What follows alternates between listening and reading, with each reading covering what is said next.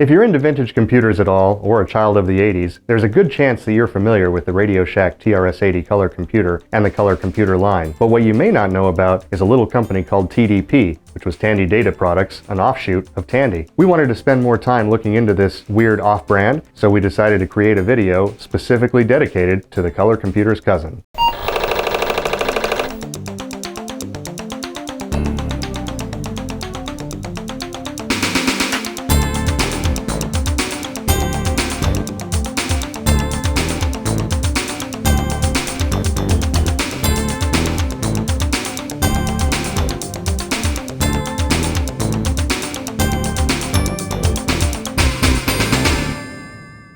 Hi, I'm Aaron and welcome to Vintage Geek. Today, we're featuring Tandy.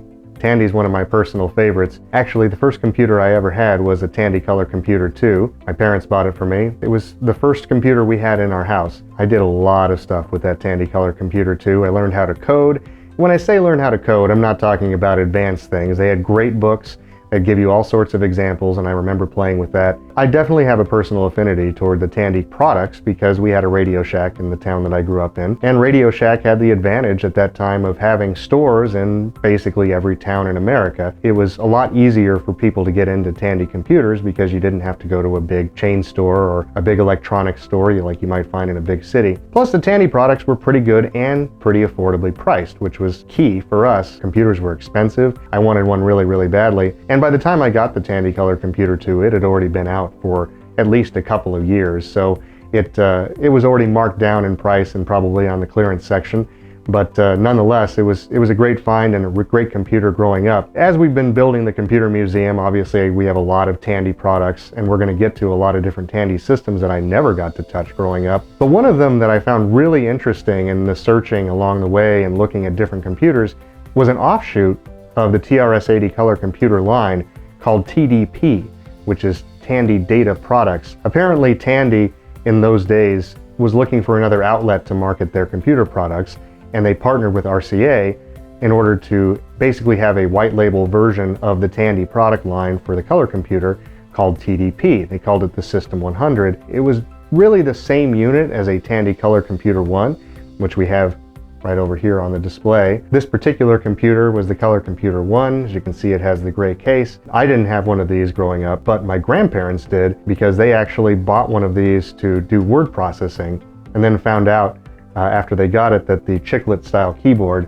was not ideal for someone that knew how to touch type like my grandmother. This is the TDP System 100 right here, which as you can tell is basically the same form factor as the Color Computer 1, but has a lot of elements of later color computers in the line, like the keyboard, for example, which is really a Color Computer 2 keyboard, which we have over here. This was the system that I had. And this one is more of a wild card because I can't find any information on this one at all. And the keyboard on this unit appears to be a keyboard from a Color Computer 3. We also have other TDP products that we're going to talk about. We're going to compare and contrast Tandy versus TDP. We may pop the case open on a couple of these to see what's really inside. And then we're going to fire one of these up and we're going to try to make a complete working TDP system. We're going to try playing Project Nebula, the TDP version, and maybe we'll write a basic program or two. Let's take a look at some of the specific differences and the similarities between these two systems. They both have essentially the same size frame and the same configuration of the outer shell. It looks like it could be from the same injection mold, to be honest. The stark difference here is the difference in the louvers for the ventilation. You can see on the Color Computer 1, you just kind of have these side louvers that curve around the side of the chassis. And then if you look at the TDP version, you've got these louvers that go across the majority of the system, which would have given it better ventilation. And these were eventually adopted for the Color Computer 2 and 3 designs. Then if you look at the actual badging, Color Computer 1 has the Radio Shack, the standard tricolor logo, and the badge right here across the top of the keyboard, whereas the TDP version actually has a larger rectangular badge, and it does tell you the RAM configuration on that tag. And personally, I actually love that logo. It really pops for me, and I think it's a nice looking addition to a great looking case and computer in general. Backplane wise,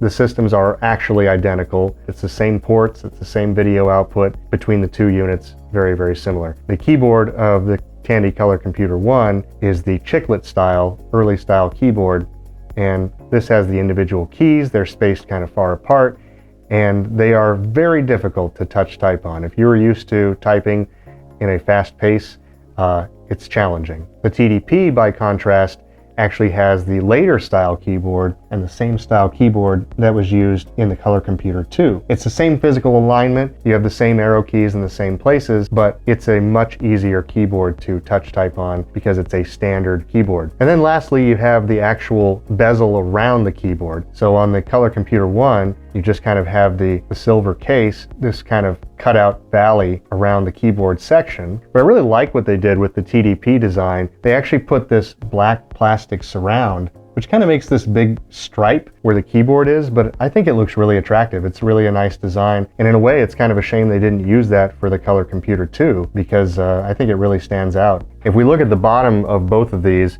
it's pretty obvious that I'm pretty sure this is exactly the same piece of injected molded plastic that they must have used at Radio Shack and for the TDPs. It is identical with one difference that I happen to notice, and that is that these three vent louvers actually extend a little bit further on the Radio Shack model than they do on the TDP model, where they are actually uniform with the rest. Feet are positioned the same way, and the main product label and FCC ID is also in the same location on both the Radio Shack and the TDP. But of course the difference is in the actual branding and logoing and the product number itself. I've noticed with the TDPs, they all start with the 10- in the product number. The Radio Shack model actually shows Radio Shack and then it's got model number in very small print. So after removing the screws and getting these taken apart, gives us a chance to take a better look at the insides of them. And so far, just looking at a glance, they are virtually identical. The board itself is not just similar, it is literally the same board. The actual product number here, the 8709285, is exactly the same on both boards. The layout's exactly the same. So fundamentally, this is absolutely a Color Computer 1. And now we've got the wildcard TDP unit. This is the second one that we got. The interesting thing about this one is that it has TDP branding on the underside. This badge on the top says 64K Color Computer, but Color Computer wasn't what they called the TDP. They called it the System 100. So I don't actually know if this was some kind of aftermarket thing that was done after the fact to rebadge these, because clearly it's the same case. It has the same slot for the actual badge. So I don't know if this was an overlay. You can see some blue around the edge of this. I don't know exactly the situation there. But there's some other weird things with this particular model as well. The first TDP we looked at was 10-1000 as far as the product number. This is 10-1010. So it is a slightly different variation already. Now maybe that's just the difference in the 64K versus the 16K. I don't know for sure. But even stranger, on this particular model, the keyboard, this actually is a Color Computer 3 keyboard. The reason I know that is because it's got the gray background instead of the darker black background. And more importantly, the key arrangement is different. It has the 4 arrow keys all grouped together, which was done for the Color Computer 3, and it has a slightly different arrangement overall. So we've got the other TDP unit taken apart now and the cover off. At first glance, it looks, again, identical to the other. It's the same board number, 8709285. This one actually has the same metal header configuration for the cartridge slot as the Color Computer 1. Secondly, the jumpers are set, obviously, on the 64K version. There's a set of jumpers that determines what memory configuration it is. These are set at 64, whereas the other was set at 16. On the keyboard itself, this is actually a Color Computer 3 keyboard. Unfortunately, I don't really have any way of knowing who put this in the system. What I do know is that the seal was broken on this unit when we got it. 99% likelihood that someone did this, that owned this machine, and got a Color Computer 3 keyboard. To be completely honest with you, and again, I'm not an expert on the Color Computer 3 at all, I did not know that you could just directly interchange a Color Computer 3 keyboard with a 2, or in this case, basically a Color Computer 1, but it looks like that is the case, and it works quite well. So now we're taking a look at the actual disk drives for these particular units. On the left here, we have a TRS-80 mini disk unit, which would have been the appropriate floppy disk drive for the Color Computer 1. We also have on the right-hand side the TDP Electronics System 100 mini disk. Even though they look very similar, the mechanism is slightly different. If we look at the Radio Shack version, it just has a normal kind of clasp that holds the drive or holds the disk in place. And if we look at the TDP unit, it's got kind of this locking mechanism It locks into place and it latches this extra little switch into place. And when you push this, it releases the clasp and then you can pull the disc out.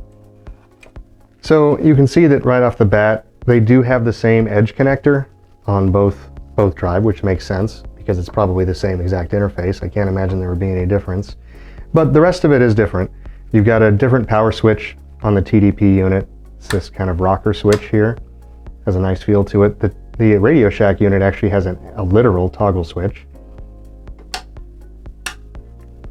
Interestingly, the Radio Shack unit has the power supply brick physically mounted to the outside of the case, whereas in the TDP unit, it does seem to be internal. Again, I'm not an expert on all the different models of floppy drives that Radio Shack made, so it's very possible that this is just a Radio Shack drive and a slightly different model. Catalog number wise, this one is 261160. The TDP number is actually 10-1150. As you can see, the TDP logo on this drive is in pretty good shape. The Radio Shack unit has some info on the sticker on the back of the power supply part, but it's not branded. All right, so we also have two games, and we happen to have the same game for both the TDP version and the Radio Shack version. The first thing you might notice right away is, of course, the obvious difference in the color of packaging. You've got a nice blue colored box for TDP, and you've got the gray colored box for the Radio Shack version. Then you've got the actual branding itself with the TDP stripe on the blue package over here, and you've got the Radio Shack stripe on the bottom over here. Now, both of these games, even though they are the same game and the same manual, they are different catalog numbers. It's interesting to kind of see the relationship. We saw with the floppy drives earlier that they were very similar other than the prefix. In this case, they're totally different. So I'm not sure what system they use to designate that. As you can see, these are the same game, just in different packaging and different branding. So I've unboxed both of these games, and as you can see, we've got the two different cartridges here. One is the Radio Shack TRS-80 color computer model, and the striping and the badging on the end of the cartridge shows that. And likewise with the TDP version, it has its own version of the label for the cartridge itself. In the Radio Shack case, they call them catalog numbers, whereas the TDP calls it a stock number. The manuals, which I have here, are also essentially identical, but at first glance, you probably notice that the bottom of each is showing the respective brands, Radio Shack versus TDP. The back of the manuals also are different, in that the TDP one is very basic, whereas the Radio Shack one has a lot of extra information that was on the back of all of their cartridge manuals. If we flip open one of these manuals, which has this great opening screen here, this one again shows the Radio Shack branding, and then if we look at it for the other, same thing, but it shows the TDP branding at the bottom. There's some truly great art in these manuals though. It really makes up for the fact of the graphics limitations of the time, these cool drawings and pictures. It's one of my favorite things about old computer games, honestly. There should not be any difference fundamentally in playing the games, but we're sure going to try and see what this game looks like. I've actually never played Project Nebula, so it's going to be fun regardless. We have a TV that we're going to be using today that actually is kind of important to the conversation. In the early Radio Shack marketing materials, they always had a TV shown with the color computer, and it was called the TRS-80 color video receiver. Now, I've looked and looked and looked to try to find one of these original Radio Shack branded televisions and have had no success so far. If you know of anyone that has them, please leave it in the comments below. But we did manage to find what I believe is the identical television. So as you can see, this TV has the RCA branding, but it does have the exact same layout and design as the TRS-80 color video receiver. The grill for the speaker is mesh type setup on this RCA model, but on the TRS-80 it was actually slats from what I can tell in the pictures. These keys on the number pad were actually more squared in the Radio Shack version, so I thought it'd be appropriate to use with our TDP System 100 setup because it is RCA. RCA was kind of a partner on the project from everything that I've read. We had to do a little bit of emergency maintenance to get this TV ready for this shoot, but I think it paid off. Here we go.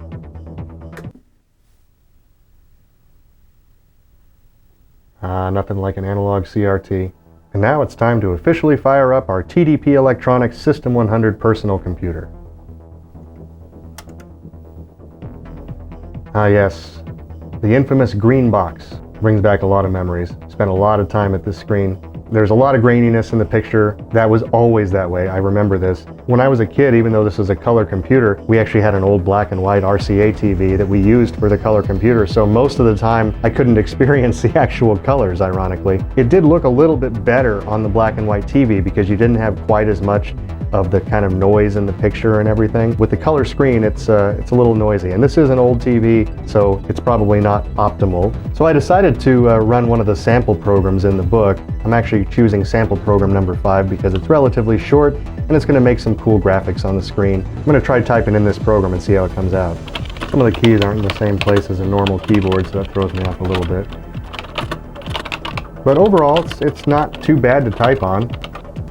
So just a quick look at this program itself. I just typed it in without actually analyzing it first. Looks like what we have here is basically 4 nested for loops, and each one of these is doing a random step with some mathematical equations. I'm not going to go into all the depth of it, but I'm curious to see what it's going to output on the screen.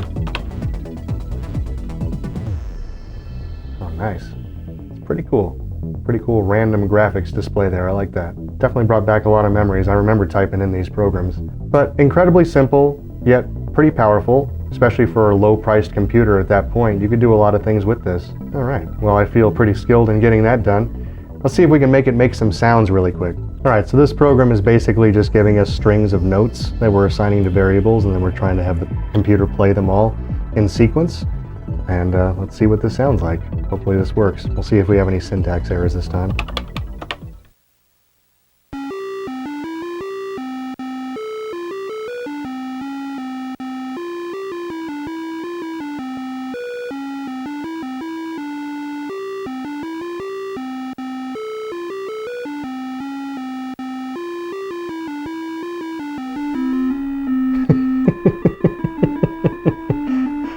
All right, so not quite right. I definitely must have made some mistakes in some of the letters there for the notes, but it does work, and honestly, that made me pretty happy. So I'm glad that we got to do that today. So I've got my TDP Project Nebula cartridge.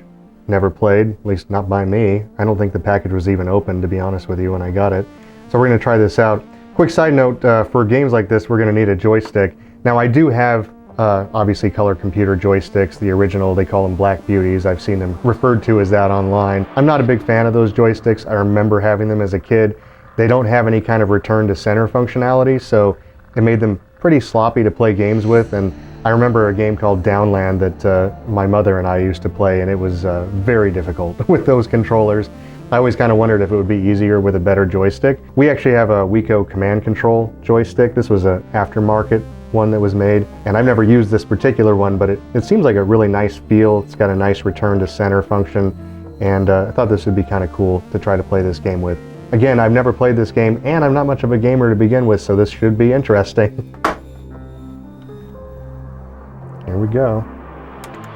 Project Nebula. We can see right away that there's no mention of TDP electronics in this header title screen. It does just say TRS-80 color computer. I assume the ROM is exactly the same. All right, input game mode. We should definitely do target shoot for beginner. I think that's probably going to be a good place to start. Difficulty factor, how about 1? Oh wow, all right.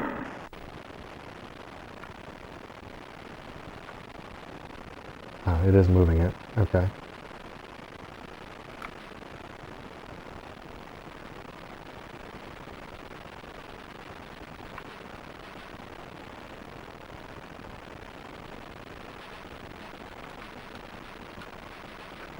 Yes! I got one! It's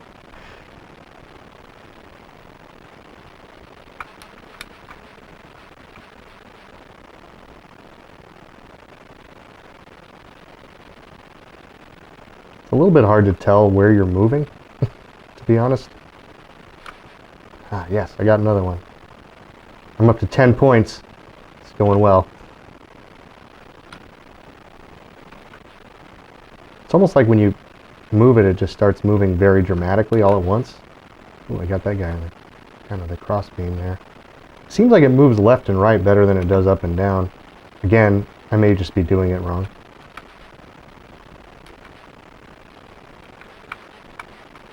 Yes. 2 in a row. Oh, this is going really well now. Getting the hang of it. Come back. Ah, had you. Yes. I feel like this is going to take a little bit of work to master, but it does seem kind of entertaining. Doing especially well considering this is difficulty level 1. Can't imagine what this thing is like when it's on some kind of super difficulty level.